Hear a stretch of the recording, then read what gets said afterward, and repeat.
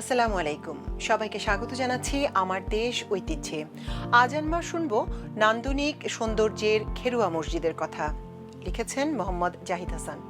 চলুন দর্শক, জেনে নেওয়া যাক বিস্তারিত। বাংলার সুলতানি আমলের স্থাপত্য রীতিতে যে মসজিদগুলো গড়ে উঠেছে তার অন্যতম হল খেরুয়া মসজিদ।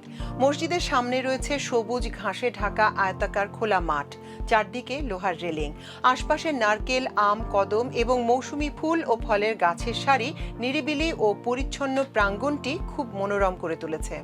মসজিদটি নির্মাণ করা হয়েছে 444 বছর আগে।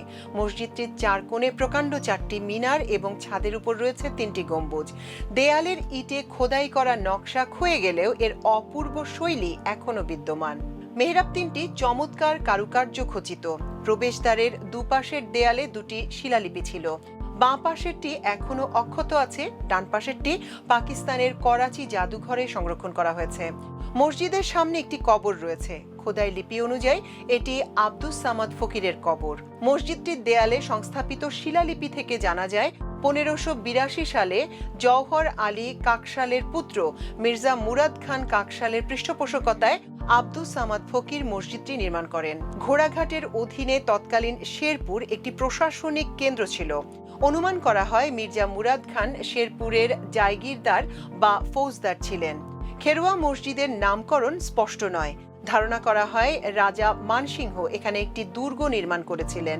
যদি ধরে নেওয়া হয় যে এই মসজিদটি দুর্গের ভেতরে ছিল, তবে খায়েরগা কোনো স্থানের ভেতরে শব্দ থেকে মসজিদটির নাম খেরুয়া হতে পারে। মসজিদটি নিয়ে বিশদ গবেষণা করলে এর সম্পর্কে আরও সুনির্দিষ্ট তথ্য পাওয়া যাবে বলে আশা করা যায়। বাংলাদেশের সাংস্কৃতিক পরিচয় অনুসন্ধান এবং বাংলাদেশি সভ্যতার বিকাশে মসজিদটি তাৎপর্যপূর্ণ। সুলতানি আমলের অন্তিম পর্বে এই মসজিদটি নির্মিত হয়েছিল। 400 বছরেরও বেশি সময় ধরে মসজিদটি টিকে আছে।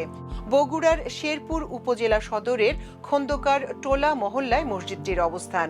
প্রত্নতত্ত্ব অধিদপ্তরের তত্ত্বাবধানে থাকলেও প্রয়োজনীয় সংস্কারের অভাবে মসজিদটির অবস্থা দিনকে দিন খারাপ হয়ে পড়ছে। দায়িত্বরত এক কর্মকর্তা জানান, ছাদের ফাটল দিয়ে মসজিদের ভেতরে বৃষ্টির পানি পড়ে। এছাড়া ড্রেনেজ ব্যবস্থা না থাকায় বর্ষাকালে মসজিদের আঙিনা বৃষ্টির পানিতে ডুবে যায়। আধুনিক নির্মাণ পরিকল্পনার ছোঁয়ায় মসজিদটি সংস্কার করা হলে দর্শনার্থীদের ভিড়ে এটি আরো প্রাণবন্ত হয়ে উঠবে। দর্শক, এই ছিল আজকের আয়োজন। এতক্ষণ সঙ্গে থাকার জন্য কৃতজ্ঞতা। আল্লাহ হাফেজ।